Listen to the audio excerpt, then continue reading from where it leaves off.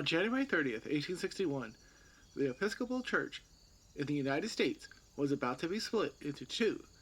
Due to the southern states forming the Confederate States of America, the dioceses in the states decided to follow suit as well. The first to leave was the Bishop of Louisiana, Leonidas Polk, who would later become a Confederate general despite graduating from West Point in 1827 and resigning soon after to join a seminary.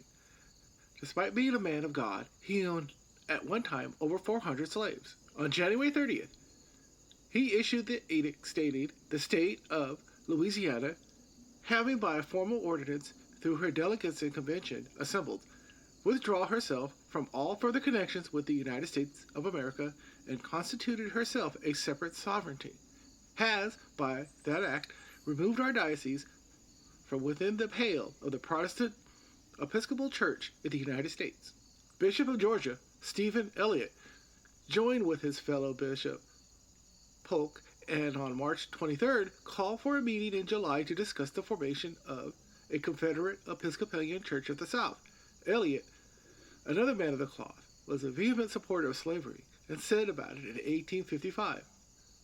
For nearly 100 years, the English and American churches have been striving to civilize and Christianize Western Africa, and with what result?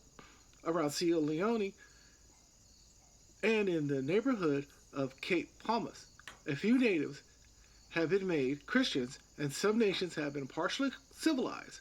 But what a small number in comparison with the thousands, nay, I say millions, who have learned the way to heaven and who have been made to know that their Savior, through the means of African slavery?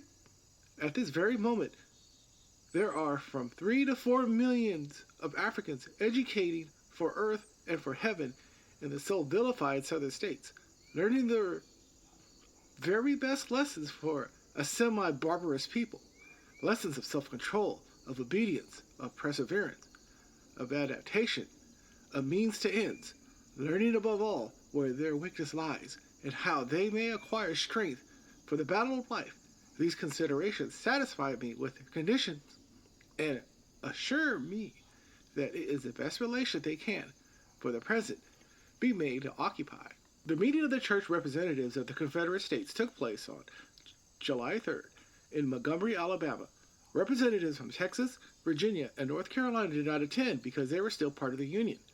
The meeting ended with an agreement stating that the secession of the states from the United States and the formation by them of a new government called the Confederate States of America renders it necessary and expedient that the dioceses within those states should form among themselves an independent organization. The bishops and their representatives held a convention at the Trinity Episcopal Church in Columbia, South Carolina on October 16th through the 30th in 1861. There they decided to create the Protestant Episcopal Church in the United States of America. It took a year later for all the Confederate dioceses to ratify the new church constitution. The dioceses of Tennessee and Louisiana were unofficial members due to them being unable to hold conventions until after the war. Tennessee's Bishop James O'Tay died in 1863 during the war, and Louisiana's Leonidas Polk, who was given the commission as a Confederate general, was killed on June 14, 1864, during the Atlanta Campaign. Protestant Episcopal Church in the Confederate States of America held its first General Council in the middle of November from the 12th to the 22nd of 1862. The group of bishops would gather again in June of 1864 to attend the funeral of Leonidas Polk. The group's second and final council will be held there on November 8th through the 10th in 1865 to officially disband. By the end of the year, all southern dioceses rejoined the Protestant Episcopal Church in the United States of America.